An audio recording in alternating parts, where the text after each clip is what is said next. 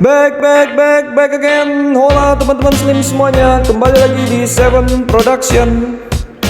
Erik ten Hag telah memperlihatkan peningkatan besar di lapangan, tetapi klub masih terlihat kikuk setelah berurusan dengan biaya transfer dan perencanaan skuad di musim depan.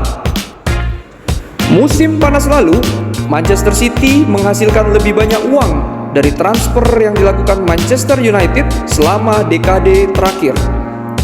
City mendapatkan 143 juta pound sterling atau sekitar 183 juta dolar US dari penjualan antara lain Raheem Sterling, Alexander Zinchenko, dan juga Gabriel Jesus. Hal itu memungkinkan mereka untuk merekrut Erling Haaland dan Calvin Phillips dengan total 95 juta pound sterling atau sekitar 121 juta US dollar, dan mereka masih surplus. Di sisi lain, Manchester United menghasilkan total 11 juta pound sterling yang sebagian besar berasal dari penjualan Andreas Pereira ke Fulham. Pada musim panas yang sama pula, mereka menghabiskan 208 juta pound sterling dan membelanjakan 85 juta pound sterling hanya untuk membeli satu pemain, yakni Antony. Manchester United terlihat seperti negosiator yang sangat buruk di pasar transfer saat ini, baik dalam hal membeli maupun menjual pemain. Ada sedikit tanda perbaikan yang dilakukan Manchester United dalam bagaimana mereka melakukan kesepakatan. Setelah baru-baru ini setuju untuk membayar hingga 60 juta pound sterling untuk Mason Mount, walaupun sebenarnya Mount berada di tahun terakhir kontraknya dengan Chelsea. Sementara itu, Manchester United terlihat seperti operator yang menyedihkan, di mana Manchester United menarik tawaran kontrak baru mereka untuk David De Gea setelah pemain Spanyol itu menyetujui persyaratan, yang menyebabkan De Gea meninggalkan klub dalam keadaan yang lucu. Dan berikut beberapa kegiatan transfer MU yang menjadikan mereka seperti amatiran.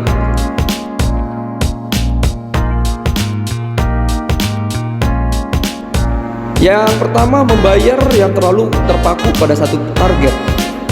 Salah satu alasan mengapa United cenderung membayar kemahalan untuk seorang pemain adalah karena mereka sering mencoba melakukan satu kesepakatan pada satu waktu dan terpaku pada satu target sampai mereka benar-benar mendapatkan pemainnya. Akibatnya, mereka membayar mahal untuk pemain-pemain tersebut. Sebagai contoh, transfer musim panas lalu untuk menandatangani Antony dari Ajax. Raksasa Belanda tidak ingin menjual pemain sayap Brazil itu, dan mereka melihat bahwa United sangat ingin mendapatkannya. Kepala eksekutif Ajax pada saat itu, yaitu Edwin van der Sar, yang juga merupakan mantan penjaga gawang United, mengakui bahwa Ajax memiliki semua kekuatan negosiasi. Dia mengatakan kepada The Athletic, "Kami ingin mempertahankannya di sini 1 tahun lebih lama. Tidak ada kebutuhan mendesak untuk menjualnya. Kami memiliki uang di bank, tapi biayanya sangat tinggi. Kami menantang United untuk melangkah sejauh mungkin. United telah menyatakan pada awal musim panas bahwa mereka tidak akan membayar lebih dari 60 juta pound sterling untuk Antony. Mereka akhirnya membayar 85 juta pound sterling, dan akhirnya klub tanpa uang di jendela transfer Januari berikutnya. Sementara Liverpool mengontrak Cody Gakpo yang merupakan target United. Ten Hag hanya bisa mengontrak Wout Weghorst dan Marcel Sabitzer dengan status pinjaman setelah kehilangan Cristiano Ronaldo pada November.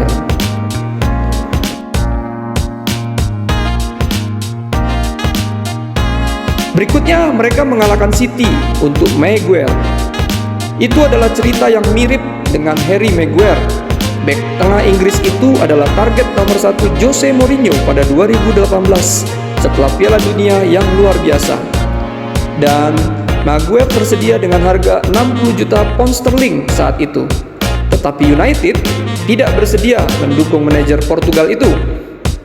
Musim panas berikutnya, setelah stok Maguire meningkat lebih tinggi, Manchester City juga menyatakan minatnya pada bek tersebut dan membuat Leicester meminta 100 juta pound sterling. City membatasi penawaran sampai 70 juta pound sterling, sementara United menyetujuinya dengan harga 80 juta pound sterling. 4 tahun kemudian, Maguire berada di urutan kelima dalam urutan bek tengah United. United pun saat ini bersedia menjual Maguire musim panas ini dan dilaporkan telah menetapkan label harga sebesar 50 juta pound sterling. Mencoba mendapatkan harga terbaik untuk Maguire justru bisa membuat United mendapatkan harga yang lebih buruk dalam jangka panjangnya.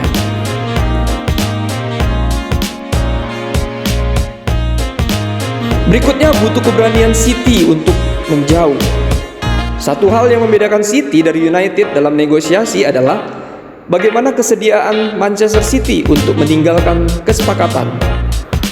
Musim panas lalu, City tertarik pada Marc Cucurella dari Brighton. Tetapi mereka meredupkan minat mereka ketika mereka diminta 45 juta pound sterling. Mereka memilih untuk mendatangkan Sergio Gomez dari Borussia Dortmund sebagai gantinya dan hanya membayar 15 juta pound sterling. Cucurella pada akhirnya pindah ke Chelsea dengan 55 juta pound sterling dan mengalami musim debut yang buruk. Gomez juga tidak melakukannya dengan baik untuk City, bermain hanya 340 menit di Liga Premier dan memulai 2 pertandingan. Tetapi dengan mengalihkan fokus mereka, City menunjukkan bahwa mereka tidak akan ditipu. City juga berpaling dari kesepakatan untuk Kalidou Koulibaly dan Jorginho setelah menolak harga, dan melakukan hal yang sama dengan Declan Rice musim panas ini setelah West Ham menolak tawaran mereka sebesar 90 juta pound sterling, meninggalkan Arsenal untuk membeli gelandang Inggris itu sebagai gantinya.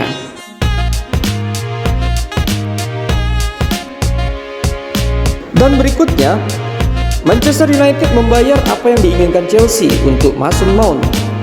United memiliki kesempatan untuk mendapatkan kesepakatan yang lebih baik dari Chelsea untuk Mason Mount, karena gelandang tersebut memasuki tahun terakhir kontraknya dengan klub masa kecilnya, dan ia akan tersedia secara gratis pada Juli 2024. MU memulai tawaran pembukaan mereka sebesar 40 juta pound sterling yang akhirnya ditolak oleh Chelsea. Tapi United akhirnya setuju untuk membayar 55 juta pound sterling di muka, ditambah tambahan 5 juta pound sterling dalam bentuk bonus terkait penampilan dan kesuksesan. Itu adalah bayaran yang sangat besar untuk pemain yang jarang dimainkan di Stamford Bridge dan hanya mencetak 3 gol musim lalu. Sementara City merupakan negosiator yang lihai. Mereka merekrut Mateo Kovacic yang juga habis kontrak dengan Chelsea pada 2024 hanya dengan harga 25 juta pound sterling.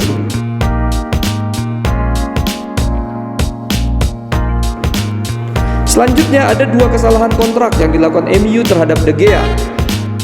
Kurangnya keberanian United dalam negosiasi Mason Mount berlanjut dengan perlakuan buruk United terhadap De Gea. Klub dilaporkan telah menyetujui kontrak baru untuk pemain Spanyol itu, dan sang kiper diharapkan kembali untuk pramusim pada bulan Juli. De Gea kemudian terkejut melihat tawaran itu ditarik. Berpisah dengan De Gea dan merekrut penjaga gawang modern yang berpikiran maju dan percaya diri dengan bola di kaki seperti Andre Onana memang merupakan langkah yang tepat buat klub, terlepas dari kualitas lainnya. Tapi itu membuat United terlihat kikuk dan bimbang dan bisa menunda target-target potensial lainnya ketika berurusan dengan klub lain serta agen-agen pemain mereka.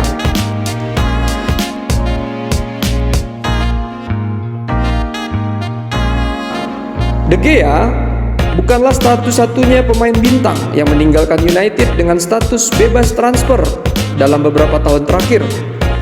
Ada nama-nama seperti Paul Pogba, Juan Mata, Ander Herrera, Nemanja Matic, dan Jesse Lingard yang yang semuanya pergi di akhir kontrak mereka.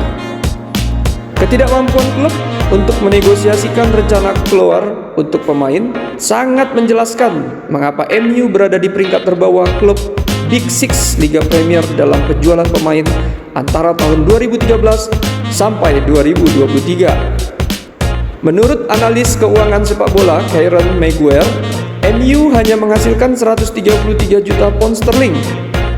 Chelsea menduduki puncak daftar dengan 706 juta pound sterling dan telah menghasilkan tambahan 190 juta pound sterling musim panas ini dari penjualan termasuk transfer Mason Mount, Kovacic, dan Kai Havertz ke Arsenal.